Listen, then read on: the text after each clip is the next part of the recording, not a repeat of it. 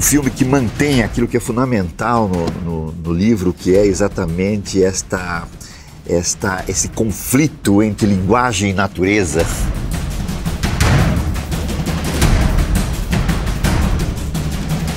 A grande atração para o cineasta, para o Bressani, é exatamente esse caráter cinematográfico do livro, que é um livro todo feito de fragmentos, né? Ele já é quase feito de pequenas sequências, ele já é um livro cinematográfico.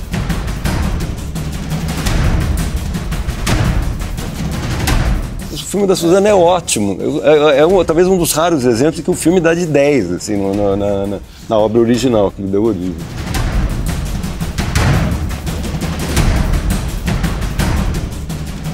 Digamos que o filme é muito mais, seria mais contundente na maneira como a violência aparece no filme, entendeu? Do que no livro. Olá, você está em Contraplano. A literatura sempre foi uma fonte fundamental para o cinema, fonte de inspiração. Livros bons dando em filmes ruins, livros ruins dando em bons filmes. É do que vamos tratar aqui hoje. Nossos convidados, nossos companheiros de viagem, o escritor Reinaldo Moraes e o professor e ensaísta Celso Favaretto. Sejam bem-vindos. Legal. Celso, Vidas Secas, do Nelson Pereira dos Santos, que é baseado no poderoso Vidas Secas, do Graciliano Ramos, quando foi lançado em 63, 62, ele foi muito elogiado por ser um livro fiel, um filme fiel ao livro, certo? Isso é importante? Ou um livro é um livro, um filme é um filme?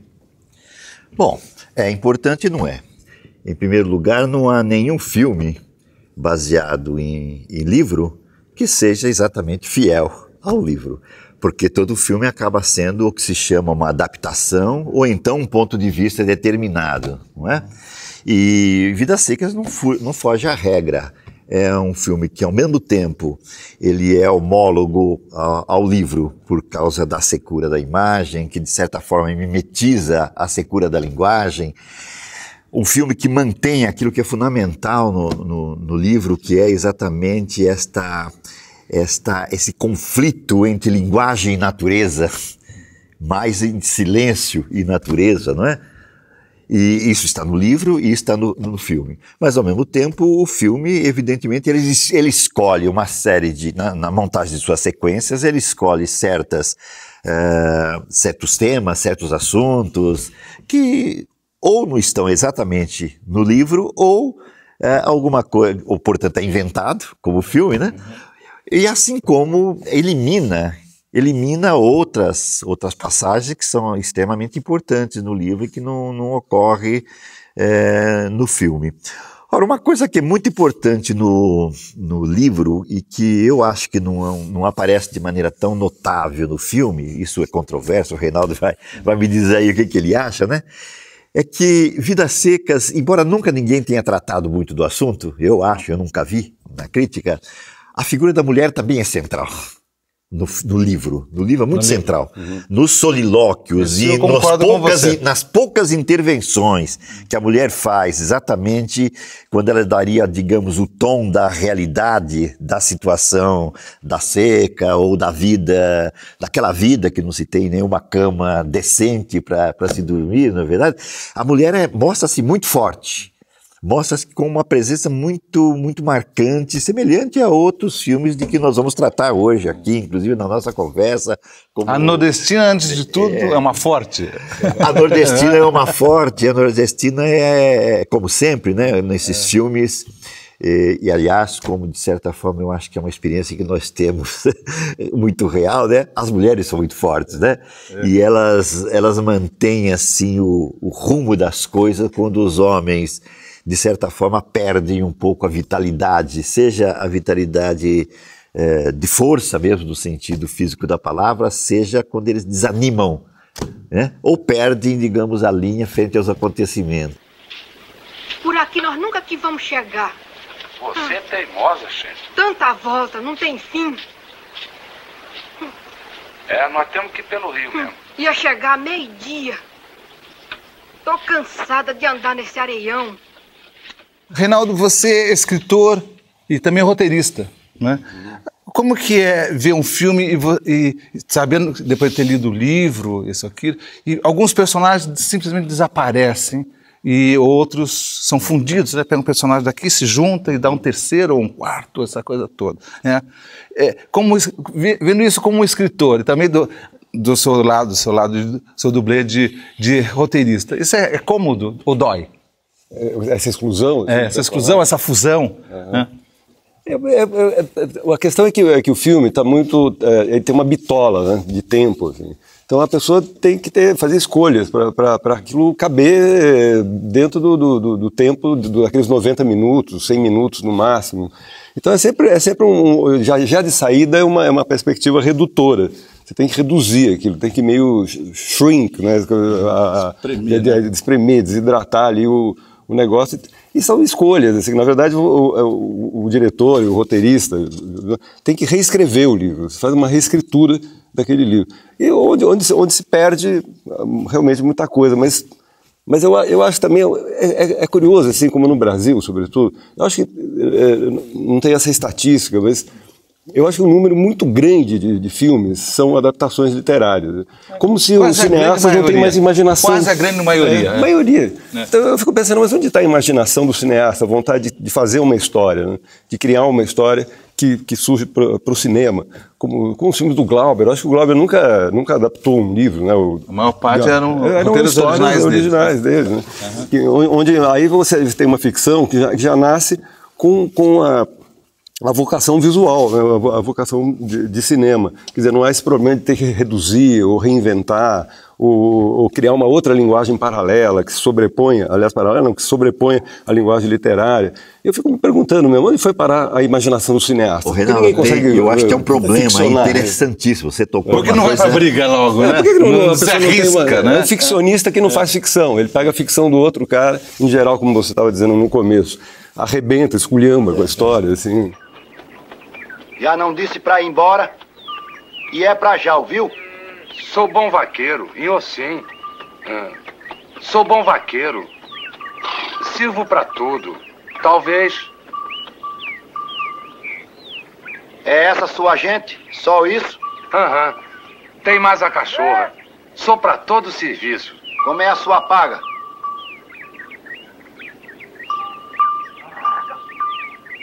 Tô acostumado. Ganho um bezerro de 4 que nasce. É, na quarteação tá bom. Pode ficar. Eu sim.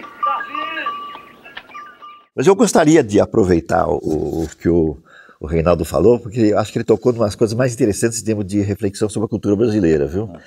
A nossa formação sentimental é literária. Quer dizer, a cultura brasileira vem da literatura, quer dizer, ou como diz o Antônio Cândido, a formação da literatura brasileira, na verdade, ela é coetânea com a formação da nacionalidade em geral, e é um momento em que o termo cultura deixa de ser apenas uma coisa de caráter, como se diz assim, muito diferente, muito extraordinário, só de alguns, né?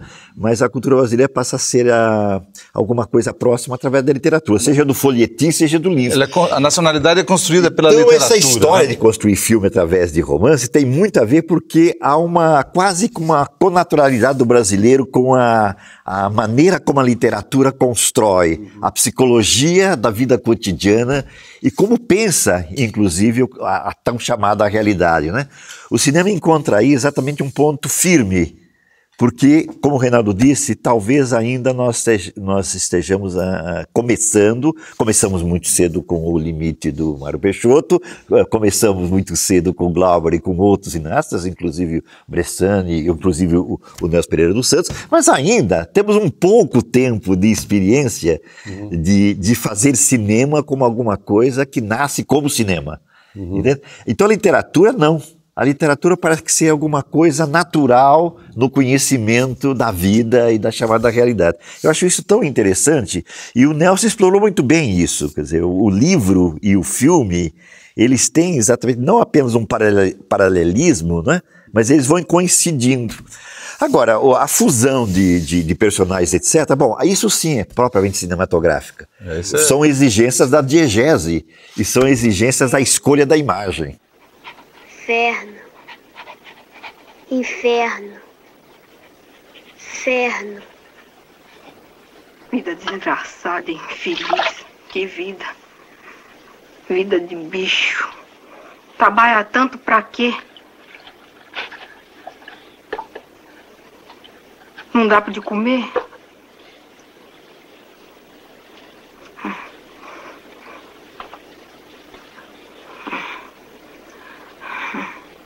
Ora já se viu. Ganha uma miséria e perde tudo no jogo. Era só o que faltava.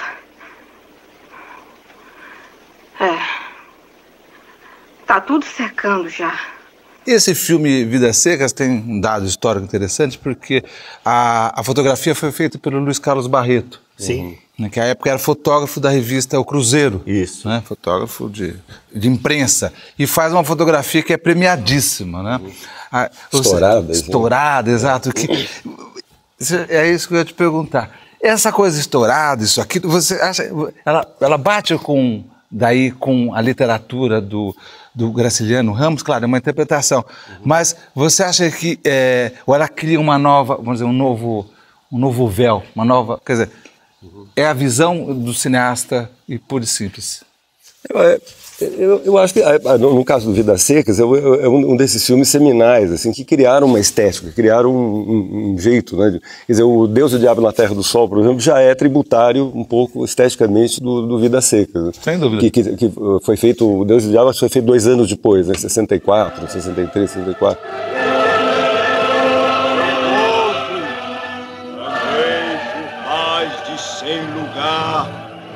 Dizendo que o mundo ia acabar nesta seca, com o fogo saindo das pedras. Os prefeitos, as autoridades e os fazendeiros disseram que eu estava mentindo e que o sol era culpado da desgraça.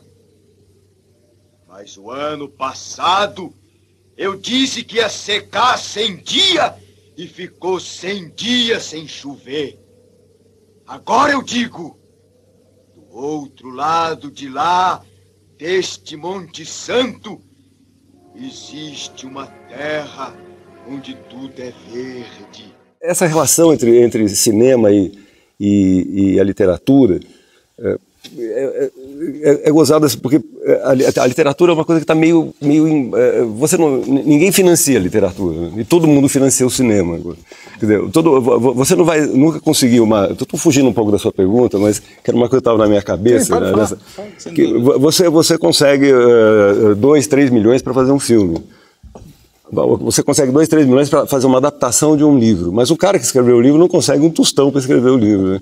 Então é uma coisa engraçada, porque você tem uma arte, que é o cinema no Brasil, que é totalmente tributária da literatura, e você não tem uma embra letras, só tinha uma embra filmes, né? E agora os mecanismos de renúncia fiscal... O escritor continua sendo sem pai nem mãe ainda. Sem pai nem mãe, mas aí a literatura vai lá e agora, por outro lado, isso criou uma espécie de mercado paralelo para os escritores, porque onde você vai ganhar, tem uma chance de ganhar dinheiro é vendendo os direitos para o cinema. Eu tenho uma experiência disso também. Naturalmente você criou uma cadeia, né? E aí acaba que eu me pergunto se isso não vai acabar infletindo a literatura. Você já escrever pensando já com uma narrativa cinematográfica, já com uma espécie de oportunismo, né? Eu não sei se isso vai... Durante o tempo se fala muito dessa uma literatura cinematográfica. Escreve como se estivesse no cinema. O cara já fez isso aqui para aquilo, né? Mas há muito tempo que o ritmo cinematográfico foi introjetado pela literatura, né? É mais comum que o cinema simplesmente absorva o ritmo da literatura, né? No próprio Vidas Secas, isso existe, mas ao mesmo tempo é bom sempre frisar, são duas coisas diferentes. Quer dizer, o tipo de silêncio do livro é um silêncio cuja recepção é completamente diferente do silêncio da imagem cinematográfica. Que é o literal, cinema não né? é a literatura, é outra coisa, entendeu? Quer dizer, a imagem que salta da leitura do livro e a imagem que a gente vê na tela não são a mesma coisa, entendeu? Por mais que uma possa remeter à outra, depois que você lê o livro e vê o filme, e aí ambos são tributários exatamente de um trânsito, né? De um trânsito na recepção, não é? É bom sempre lembrar que são coisas diversas, não é? No caso aí da Vidas Secas, aquilo que você já perguntou desde o início, é notável porque há uma intenção clara do Nelson Pereira dos Santos, e que é um problema em cinema, que é de como você pode passar daquilo que é palavra, da materialidade da linguagem, para uma outra materialidade da imagem. Entendeu? A linguagem, enquanto falada no filme, não é o que é mais importante. É a linguagem enquanto essa materialização daquilo que na literatura é a palavra. O dinheiro dá para acertar as contas com o patrão. E com a sobra, a gente compra o couro para fazer uma cama igualzinha do seu Tomás. Se precisar, a gente gasta de menos. A gente gasta de menos. Vamos dormir em cama de couro. Vamos ser gente. Todo filme do Júlio Bressan é uma meditação sobre o Brasil.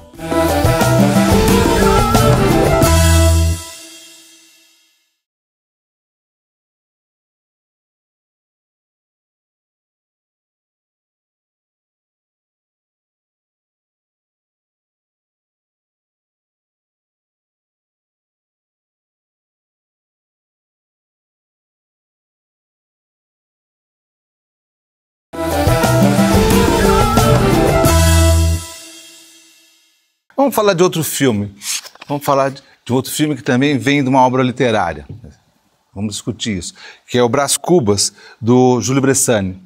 Esse é um filme filmado em 85, alguns bons anos depois da Vidas Secas, e é baseado, ou livremente baseado, na obra clássica do Machado de Assis, Memórias Póstumas de Brás Cubas. Aí nós temos outra toada, porque o livro do Machado de Assis é livremente interpretado pelo Júlio Bressani, que acaba fazendo uma outra construção, né? E ele diz, o Júlio em entrevistas, ele sempre disse isso, né? O Júlio sendo uma pessoa muito ligada à literatura e à música popular brasileira, diz que ele jamais faria uma adaptação, ele faz uma transcriação, adaptações intertextuais, né? Então, o Brás Cubas vai ter muito disso. Vários personagens falando textos diversos do Machado de Assis, inclusive de outras obras, chocando-se em cenários diferentes. Celso, isso daí é válido como criação? Ou seja, então podemos apresentar isso como... Poderia chamar Brás Cubas, como também podia chamar Dom Casmurro. Ou seja, porque é um novo livro, né? É um novo livro, ou seja, é um novo filme. Sim, o filme chama-se Brás Cubas porque ele realmente tem o livro do Machado de Assis como referência, certo? Mas não é só isso. Ele é Brás Cubas porque o filme recria a descontinuidade do romance. E, ao mesmo tempo, gera uma outra continuidade que também o romance tem uma continuidade. Ambos são descontínuos e contínuos simultaneamente. São descontínuos exatamente na construção do romance, né? Feito não por fragmentos, mas feito através de cortes que mais tarde podiam ser entendidos como cortes cinematográficos até, não é? Ou mais ainda, no livro existe uma coisa fantástica. Quer dizer, quanto mais a gente lê o Machado de Assis, percebe que ele usa o suspense.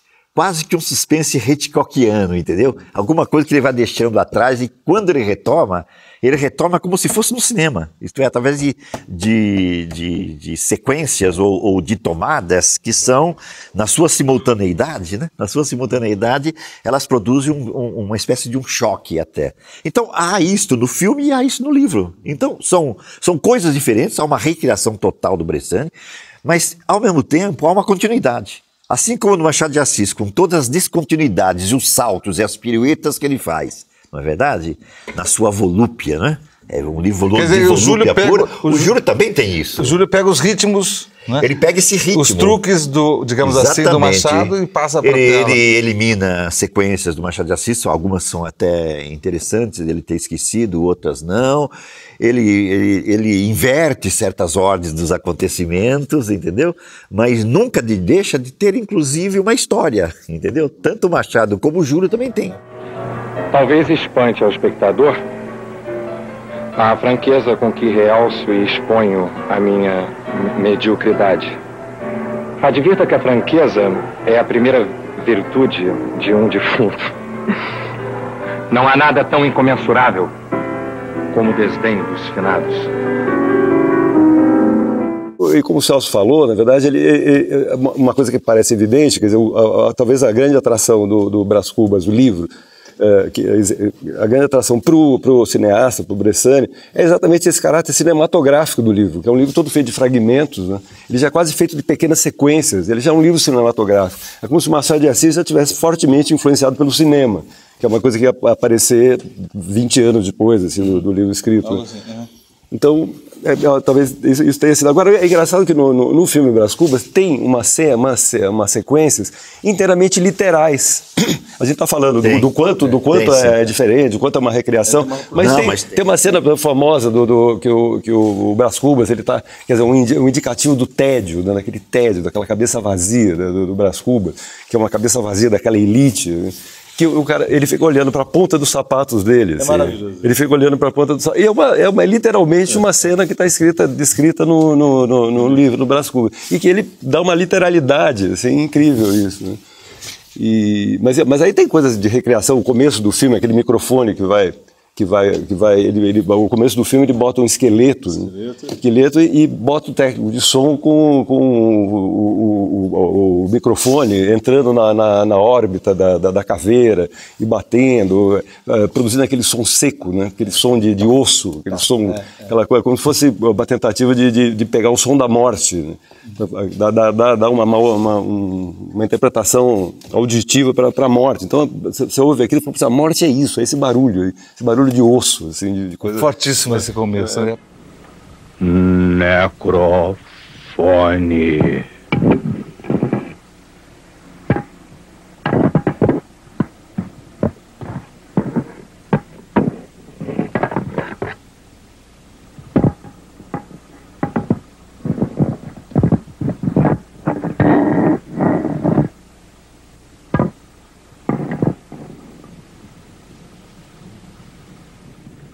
O Júlio coloca muita música, né? O Júlio é um diretor que se caracteriza muito por conhecer a música popular brasileira e por saber usá-la nos seus filmes, né?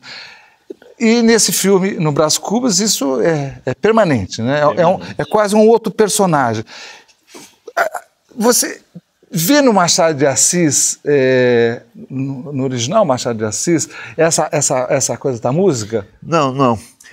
É uma contribuição do Júlio devido a uma coisa que é fundamental ao se falar sempre Júlio Bressani, né? Uhum. Todo filme do Júlio Bressani é uma meditação sobre o Brasil, entendeu? E essa meditação geralmente é feita de maneira alegórica, segundo um processo alegórico.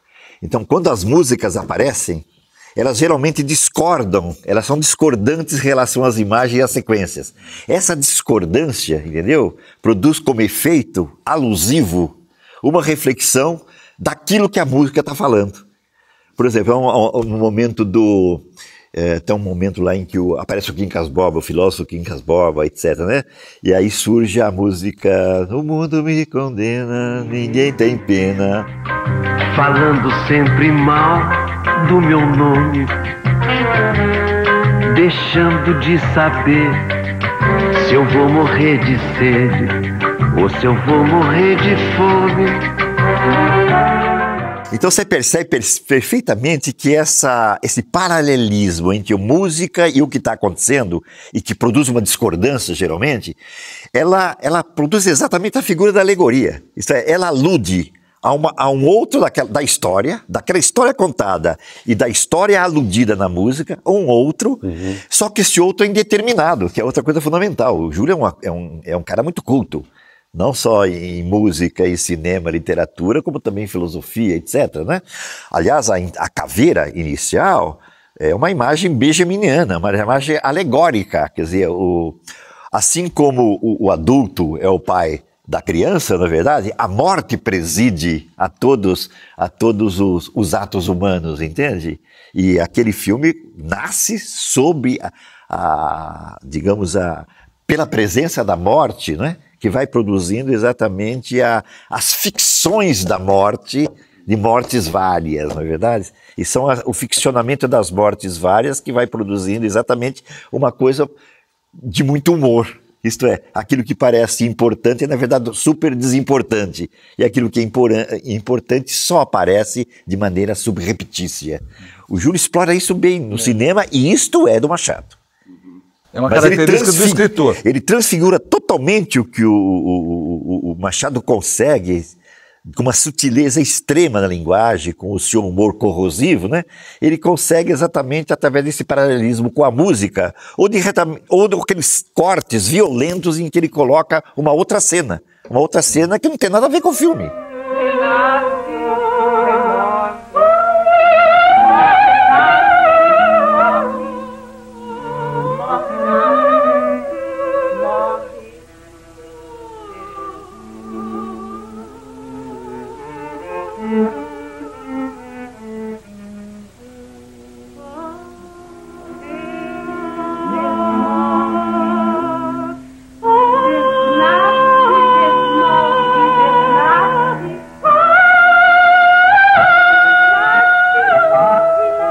Celso, o filme, o Machado é uma pessoa irônica, né? É uma pessoa bem-humorada, crítica.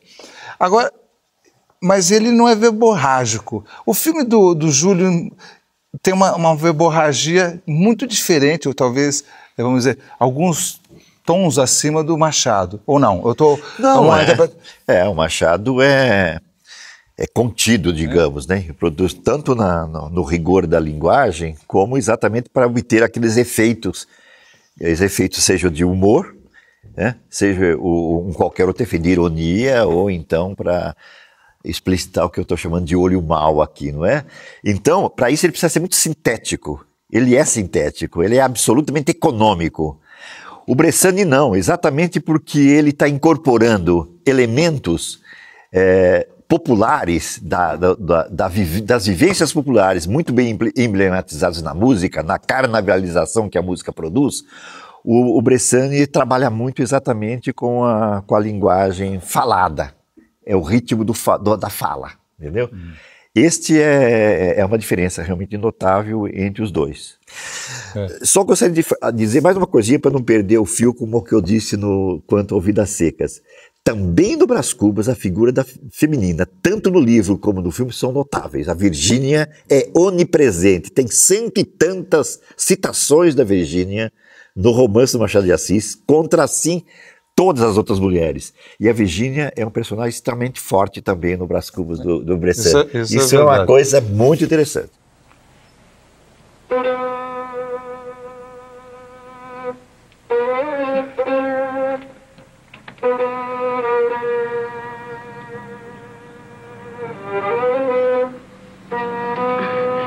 Mas isso é uma calúnia infame. Calúnia? É infame!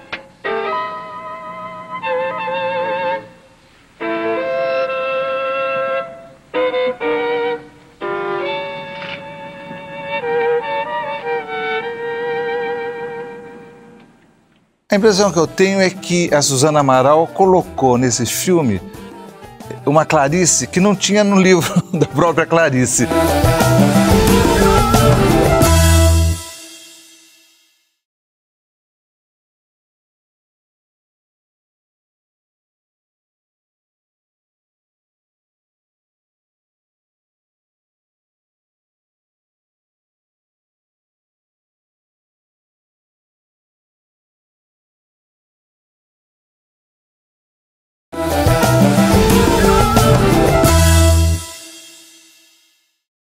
Vamos falar de outro filme e outro livro também, já que é o tema nosso de hoje.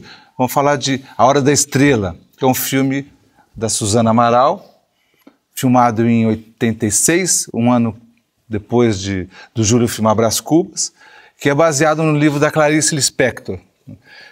E é a história de resumindo, né, se isso é possível, um livro da Clarice Lispector, a história de uma moça que vem do interior e vai para o Rio de Janeiro e tem lá seus desencontros. Né? Reinaldo, quando você leu esse livro, você acha, alguma vez você passou pela sua cabeça que isso poderia virar um filme? Tem essa Eu acho que é dos livros da Clarice o que tem mais essa vocação, né? Eu não sou grande leitor da Clarice, eu acho um pouco claustrofóbico aquela escrita dela, assim, é absolutamente genial, maravilhoso e tal, mas não é o My Cup of Tea, assim, não é o... Mas de todos os livros tem uma narrativa mais romanesca, assim, clássica, né? Uma historinha, uma historinha e não tem tanta, quer dizer, não tem uma escritura fortemente poética, como dos outros livros da Clarice. Então é um livro gozado. Quando eu li, assim, eu sei que é de uma pretensão desgraçada falar isso, mas eu achei meio chato, eu achei um livro meio engajado. Parecia que a Clarice estava querendo dar uma resposta a tanta gente que acusa de intimismo e hermética. Hermética, intimista. Então ela falou, não, agora eu vou à realidade, vou falar dessa mulher imigrante aqui em São Paulo, vou falar vou cair no social, agora vamos fazer literatura social. Eu achei um livro que eu li sem um grande interesse, inclusive uma novelinha curtinha, né? Um livro bem curtinho. Livro menor. Eu achei menor. E o filme da Suzana é maravilhoso. O filme da Suzana é ótimo. Talvez um dos raros exemplos de que o filme dá de 10 assim, na obra original, que lhe deu origem. Não sei o que o Celso acha. A presença da mulher. Vamos falar da presença da mulher, forte, que é alguma coisa que está te chamando a atenção hoje. Pois é. Seus olhos estão para as mulheres, Celso Favareta. Sempre estão, né? Mas sim, claro, a Macabea é uma figura muito forte.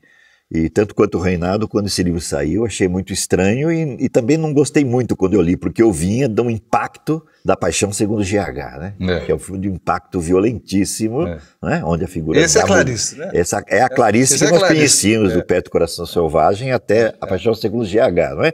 De repente aparece um filme assim que tem ao mesmo tempo a Clarice, e isto o filme não conseguiu reter, né? Porque não cabia, que são os solilóquios, né, internos, seja do quem está narrando a história, né, certo? Seja do personagem, quer dizer, há uma meditação que é bem da Clarice Lispector e que está mais dispersa e menos concentrada, como nos outros filmes, nos outros livros. No filme isso não aparece. O filme é feito de maneira bem narrativa, é uma belíssima narrativa realmente, uma bela construção dos personagens, não é? E aquela atriz fantástica. A atriz é ótima. Também o Dumont está muito bom. O namorado. José Dumont, né? Zé Dumont. Está muito bem, etc. Cartacho e Zé Dumont. Não, está tudo muito bem no filme. E é claro, a cineasta escolheu aquela passagem e a organização do tempo de maneira diferente do livro. Aparentemente é a mesma sequência do livro, mas não é. As cenas que vêm antes a ordenação é outra para obter os efeitos que ela está querendo. De qualquer forma, a narrativa é muito límpida e muito, vamos dizer assim, naturalista, na verdade, porque ela eliminou exatamente aquilo que na Clarice, em qualquer coisa que ela escreva, existe, né? Que é aquele diálogo interno dela, né? O diálogo interno que é na verdade uma meditação da vida. E sempre muito pessimista, sempre muito trágico, não é verdade? Está promissória do aluguel, porque é assim que eu trabalho, viu? Assina aqui, ó. Nossa, você vai assinando assim, sem ao menos ver? Não faz isso não, menina. Bom, comigo não tem perigo. Eu sou honesta, não é? Mas tem tanta gente que não presta por aí. A senhora me desculpe. Não tem do que desculpar. Eu assisto A Hora da Estrela. Eu posso sair e dizer, eu vi uma Clarice ou eu vi uma Suzana Amaral? Eu acho que eu vi uma Suzana Amaral. Eu acho que foi isso. É um filme que é muito mais Suzana Amaral do que aquilo que fica pra gente como Clarice Lispector. Você vai para... Eu acho gozado que o livro, assim, parece quando eu li em 79, sei lá, eu acho que eu li esse livro, me parece, essa intenção social, assim, me parecia muito na frente, parecia muito na fachada da obra. Coisa que no filme não parece. No filme parece justamente isso, uma viagem interior, assim, aquela pessoa deslocada, uma pessoa que é totalmente deslocada, quer dizer, uma pessoa deslocada até na pobreza, né? Ela tem até quer dizer, o fato dela ser uma pessoa muito pobre já é um problema, já comporta uma condição que já comporta um deslocamento. Mas ela consegue ser deslocada dentro do deslocamento. Então, é muito mais um filme sobre uma pessoa que não acha um lugar, não tem um lugar, que tem uma espécie de uma ingenuidade que não se casa com a realidade. Tem um descompasso inteiramente da percepção da personagem da realidade com as coisas que estão em volta. Então, me parece que o interessante ali é ver uma pessoa errada, assim, uma pessoa que não encontra o seu momento, não encontra o seu amor, não se encontra, diria que ela está totalmente desenraizada. E isso é que pega. Assim, ela podia eventualmente ser até uma pessoa de classe média. Aquele tipo de personagem aquele tipo de cabeça podia estar em personagens de classes sociais mais superiores, mais altas. Não depende dela ser uma pessoa pobre, eu acho. Que isso, mulher? Endoidou? Você não vai trabalhar hoje? Não, hoje eu tô de folga. Tchau.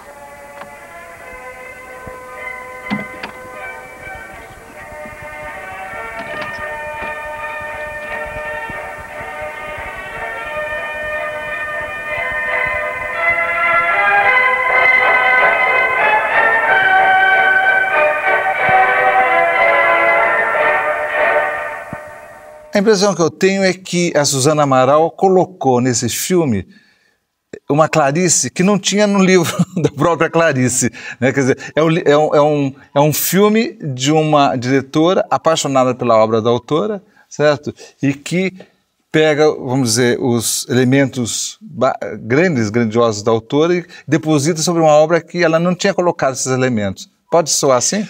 Olha, eu acho que o filme, ele realiza em dose muito mais limitada, porque ele quer contar uma história, aquilo que na Clarice é alguma coisa muito forte, porque a Clarice não sabe contar história. E o interesse dela não é contar história, que é a intransitividade.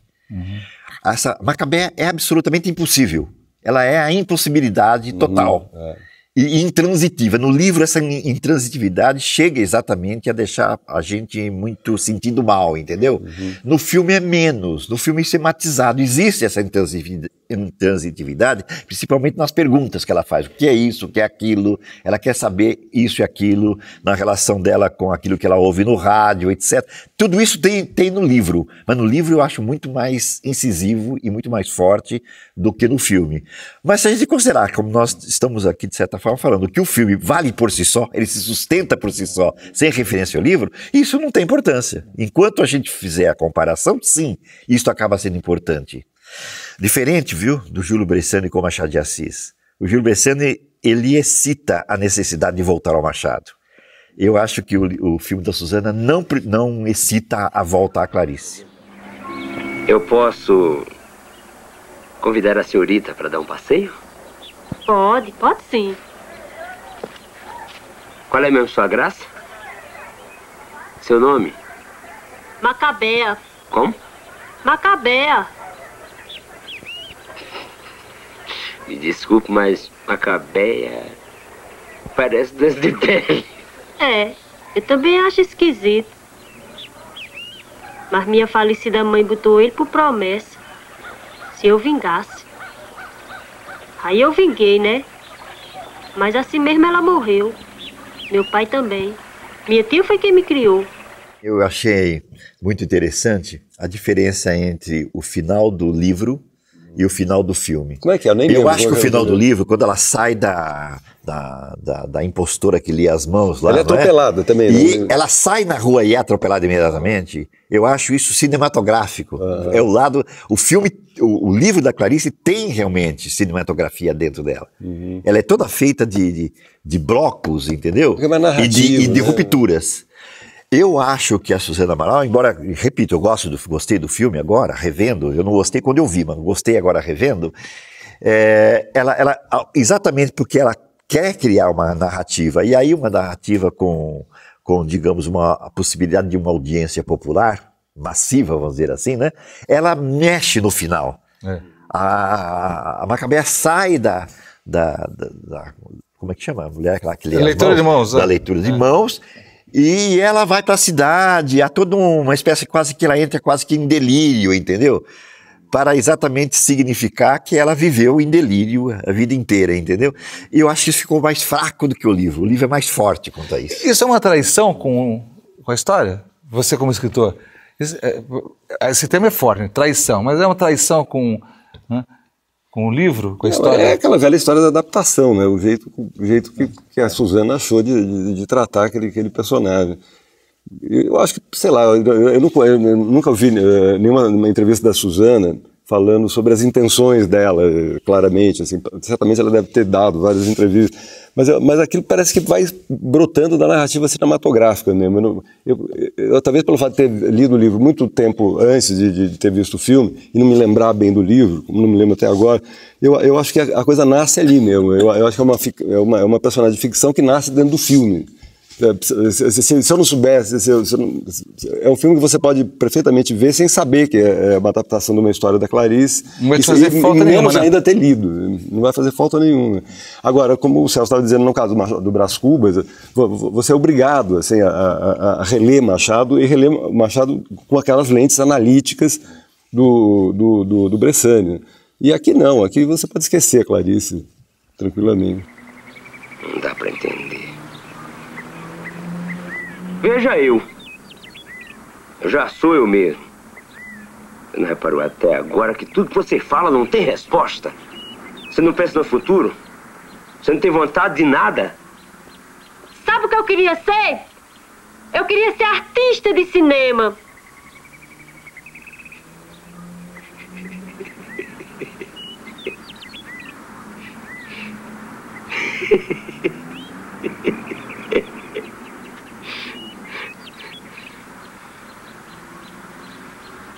Você não se enxerga não, é? Você não tem corpo, não tem cara, não tem nada pra ser artista de cinema, menina. Na favela o bicho pega também, tem violência física, que é uma coisa que sempre atraiu as pessoas pelo cinema.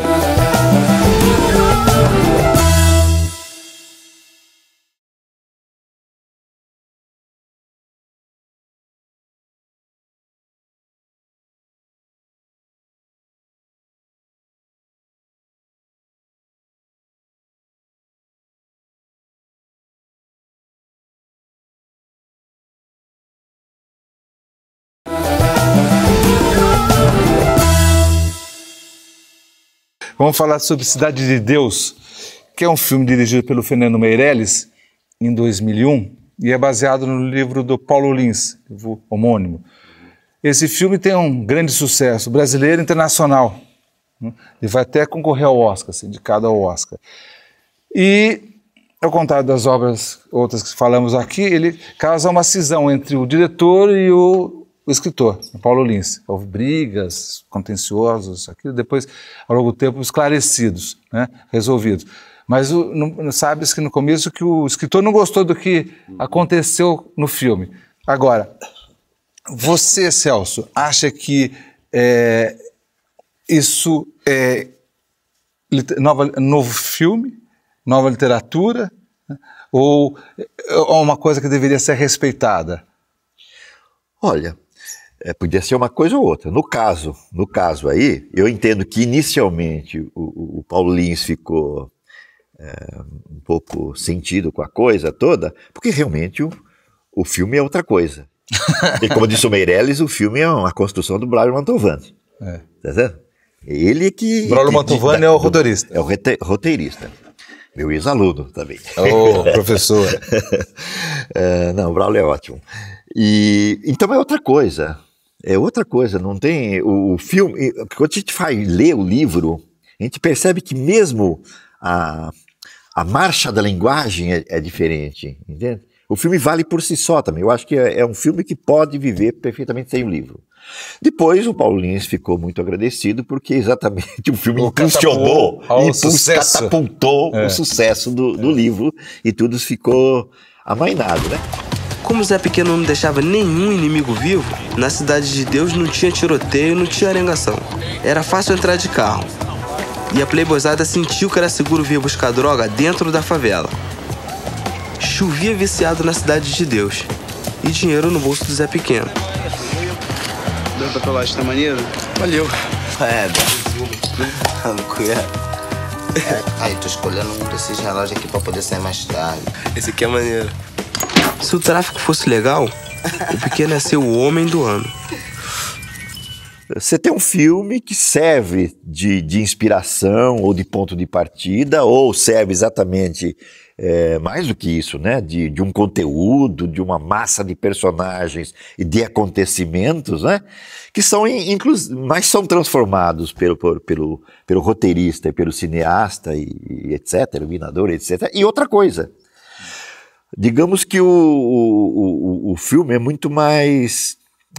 seria mais contundente na maneira como a violência aparece no filme, entendeu? Do que no livro. No livro, exatamente porque tem mais personagens, o livro é mais, digamos, tem mais entremeios, o livro tem outros personagens, tem outros caminhos, exatamente dos personagens que desaparecem, tem outros acontecimentos que não foram utilizados no filme, de modo que você lê o livro como um livro interessante, um livro, aí sim, um livro quase que tem um caráter muito realista de retrato de uma situação, e muitas vezes até de denúncia, porque o autor... Mas o filme é melhor que o livro? Mas o filme não tem isso. O filme é melhor que o livro? Eu não diria nunca que é melhor ou pior, porque são duas coisas diferentes. Você pode, como nós dissemos, gostar mais de um ou de outro, ou então não gostar, mas dizer, eu não gosto, mas é bom. Você entendeu como é que é? Mas eu só quero dizer que o filme é outra coisa. É um filme de entretenimento, é um filme para grande público. Como se mostrou de fato. O Meirelles sabe perfeitamente que ele quis fazer um filme. Não tem cinismo nenhum disso. Ele está fazendo cinema, uma modalidade de cinema ele está fazendo, como sempre se fez desde a década de 20, que se faz cinema. Para público. Entendeu? Que público. Pode ser uma coisa mais deslavada ou menos deslavada, mas é isto. E esse é um filme que mantém a consistência, é um filme de público, evidente, mas muito bem feito, muito bem construído, personagens muito bem marcantes, etc. No primeiro assalto, Mané Galinha salvou a vida de um vendedor que o senhor ia matar só de maldade. Combinou. Que isso? A gente combinou. Ninguém mata ninguém. Regra é regra. O bicho tá pegando, minha gente. Quer o dinheiro do patrão. Todo mundo quietinho, abrindo os caixas. Sai, sai. Se a senhora quer que a gente vá embora, a gente quer ir embora também. É só o dinheiro do patrão. Rapidinho, vamos lá. Tá demorando essa porra. Olhando pro chão, hein, No segundo assalto, Cenoura salvou a vida de Mané Galinha. Galinha descobriu que toda regra tem exceção. Exceção da regra. Vamos lá. Essa mania brasileira de cineastas de classe média ou classe média alta filmarem vamos dizer, a miséria, né? E no caso isso já originou que o pessoal, que a Ivana Benes falava que era o favela movie, né?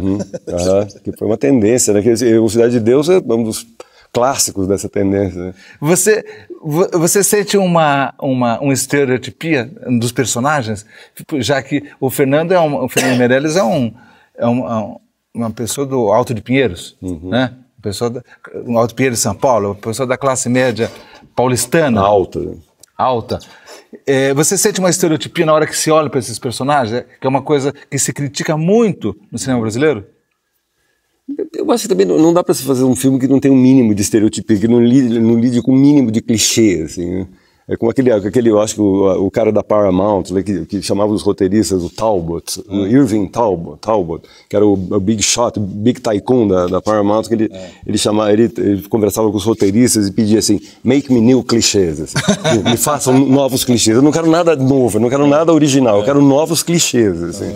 Então ali tem uma certa clichetização, assim, do personagem pobre e tal. Mas esse olhar, esse negócio do favela movie, né? Esse olhar da classe média, para excluir, do artista de classe média, cineasta, no caso, em relação ao excluído, o interesse, eu acho que vem muito mais da questão épica, da questão que na classe média ninguém anda armado. Sabe? A gente não resolve as nossas disputas dando tiro. E aí você dá a ideia que lá na favela é assim que rola, entendeu?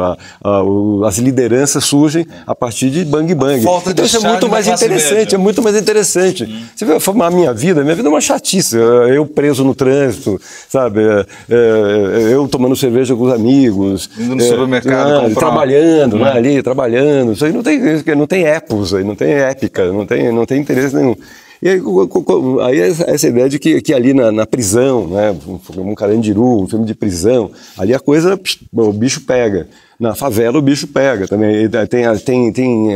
Tem violência física, que é uma coisa que sempre atraiu as pessoas no cinema, né? É um faroeste, um bang-bang, como o Celso falou, né? Dadinho virou Zé Pequeno e caiu matando. Acordou cedo e tomou logo a boca de Jerry Adriane, na 13. Ficou nessa função o dia inteiro. Antes de escurecer, ele já era dono de quase todas as bocas da favela. Ele só não tomou a boca do 15, porque o dono era o Cenoura, amigo do Bené. Então só ficou faltando a boca dos Zapês, mas essa não ia dar trabalho. Mas eu queria voltar atrás, essa história que você colocou aí da classe média, etc. Eu acho que isso aí precisa ter muito cuidado para pensar isso. Veja, senão você invalida a construção cultural inteira do Ocidente. A posição de classe não determina necessariamente, entendeu? Não determina necessariamente aquilo que acontece. Quer dizer, se há um interesse em criar personagens paradigmáticas do morro, ou do sertão, como o Glauber fez, ou como o Nelson Pereira dos Santos fez, e tantos outros, na verdade, essa necessidade que vem aí não é simplesmente uma necessidade de denúncia social, etc. Isso é propriamente reflexivo, é uma questão de interpretação da realidade, é uma questão de pensamento sobre o real e assim por diante. Quer dizer, mas a pergunta era sobre a estereotipia. Sim, a estereotipia, ela não é sobre necessária, a validade, a intenção. Ela é sempre necessária em arte em geral, e isso acontece também na literatura, entendeu? Quando você tem que exatamente criar personagens paradigmáticos, ou signos paradigmáticos, entendeu? No caso desse filme, era preciso criar personagens extremamente violentos e digamos, acima daquilo que seria pensável normalmente como violência, não é? Para tentar exatamente forçar o público a quase se conscientizar de uma realidade maior que está aí e que ele não toma conhecimento. É que geralmente se faz uma leitura do social, né? Nessa obra, por exemplo. Forçada. E as pessoas esquecem, por exemplo, que o John Ford, por exemplo, que fez grandes western, né? Forjou a ideia do western no cinema mundial, mal sabia andar a cavalo, né? Quer dizer, então, ou seja, ele criou um outro mundo, não é isso? Mas é isto, né? Uma outra imagem, quer dizer, né? A arte é outra coisa. Mas no caso da Cidade de Deus, o autor vem daquele meio que ele retrata, né? E no caso do cinema, não. O cineasta vem do meio muito acima. Ele veio daquele meio, mas ele veio instrumentalizado. Quer dizer, para um a violência é a tragédia, para outro é espetáculo. De antropólogas e sociólogos, ele trabalhou com dados, é diferente. Paulo Lins. A origem dele é a favela, Lund, como né? o fotógrafo do filme, né? O fotógrafo do filme também vem da favela e se torna outra coisa. E tem uma posição de distanciamento. Ele é o personagem distanciado, né? Está dentro e está fora simultaneamente, mas está mais fora do que dentro. O Paulo Lins é a mesma coisa, quer dizer, ele está dentro, mas ele estava totalmente fora porque ele é culto. E a história toda foi construída a partir de pesquisas.